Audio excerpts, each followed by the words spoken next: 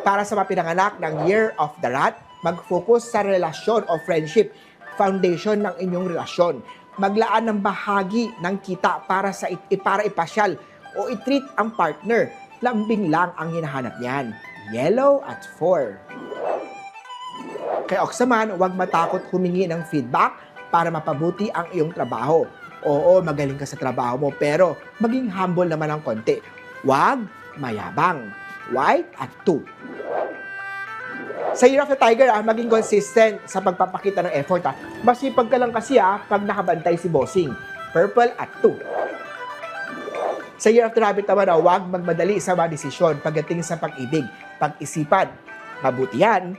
Orange at 1. Kay Dragon naman tayo, iwasan masangkot sa mga komplikadong relasyon. Tandaan na may karma ang bawat ginagawa natin sa buhay. Purple at 4.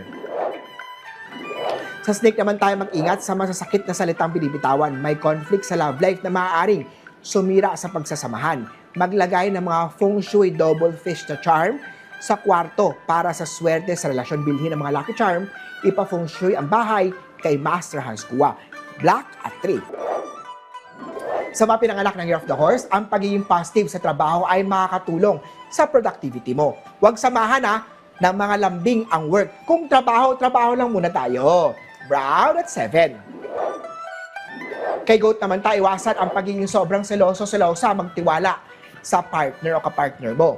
Blue at 9. Sa Year of the Monkey naman tayo, nawawalan ka ng focus dahil kuha ka ng dagdag na trabaho. Kung kaya mong gawin, isipin din na kung kaya pa ba ito ng mga nakakasama mo. Pink at 6. Sa Year of the Rooster naman tayo, pride ang sisira sa magandang nyong samahan. Ibaba minsan ang pride mo. Yellow at 4. Kay Dog naman tayo, maglaan ng oras para sa hobbies na nagpapasaya sa iyo. Ganon din sa career mo. Piliin ang work na ini-enjoy at masaya ka. Hindi yung lalo pang nagpapabigat ng kalooban mo. Green at 8. At kay Year of the Pig naman tayo, isipin ang mga sakripisyo ni partner. Pagod lang yan. Magpahinga at saka mag-usap ng mahinahon. Palakasin ang love life energy nyo sa kwarto. Maglagay ng rose quartz. White at muli po, ito po yung mga gabay patnubay para at prediction lamang ni Master Hans Kua. Nasa inyo mga kamay, nasa lalay ang inyong tagumpay. Kaya always be positive at i-claim ang mga swerte, mga ka-RSP.